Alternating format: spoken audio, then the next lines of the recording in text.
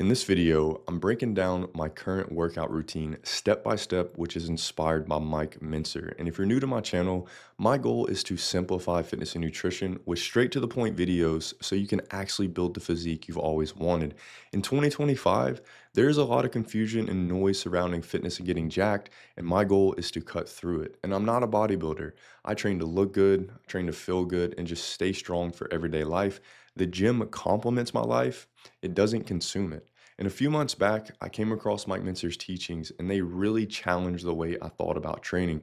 And I decided to try his heavy duty system.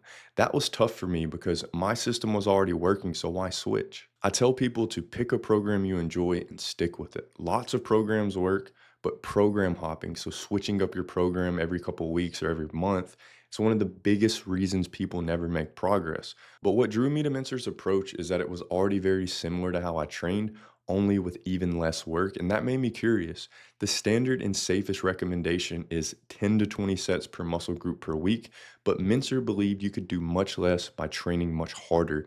His philosophy was simple: push one set to complete failure, and if you truly reach that point, then you don't need more work. What you need is recovery. And I want to be clear, I'm not saying this is the best routine or that it's right for everyone. Honestly, if you're newer or even an early intermediate, just stick with my average to jack program until you've built your base and a good bit of muscle. I didn't build my physique from this style of training. I built it from following the same upper lower split I teach in my A2J system. This is just what I'm experimenting with and enjoying as someone who's already built muscle and been training for 10 years. So what does my program look like? It is a 3 day a week push legs pull split. And why push legs pull instead of push pull legs?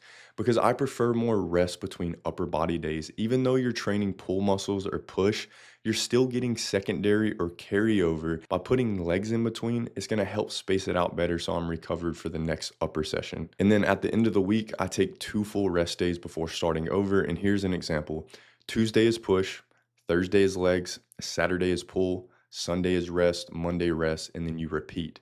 Now, how do I actually structure these days? Push is going to consist of a chest press, a fly, a shoulder press, a lateral raise, and a tricep isolation. The pull day is a vertical pull, a horizontal pull, 2 rear delt movements, and then 1 bicep isolation. And then for legs, we're going to do 1 main pressing movement, 1 quad isolation, 1 knee flexion movement, and 1 hip hinge. And then sometimes I'll throw in hanging knee raises or cable crunches for the core. This setup is what I found to be one of the simplest ways to cover all muscle groups and actually build aesthetics. And you might be wondering why I didn't give you specific exercises. That's because your equipment in your gym's probably going to vary a lot from mine, so just use this as a template to build around. And here's an example: you might work out at home and not have access to like a lat pull down, so instead you can just do weighted pull-ups. Now this is where Mentzer's teachings come in. I used to do 3 sets or more plus extra exercises, but now I just do 1 set. And before you call that BS and say there's no way that works,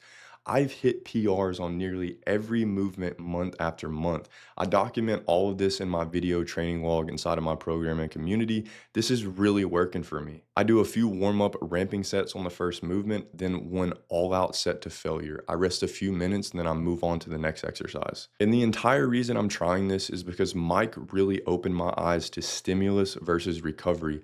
Why continue hammering a muscle when you've already pushed it to the edge? But the next and arguably the most important is recovery.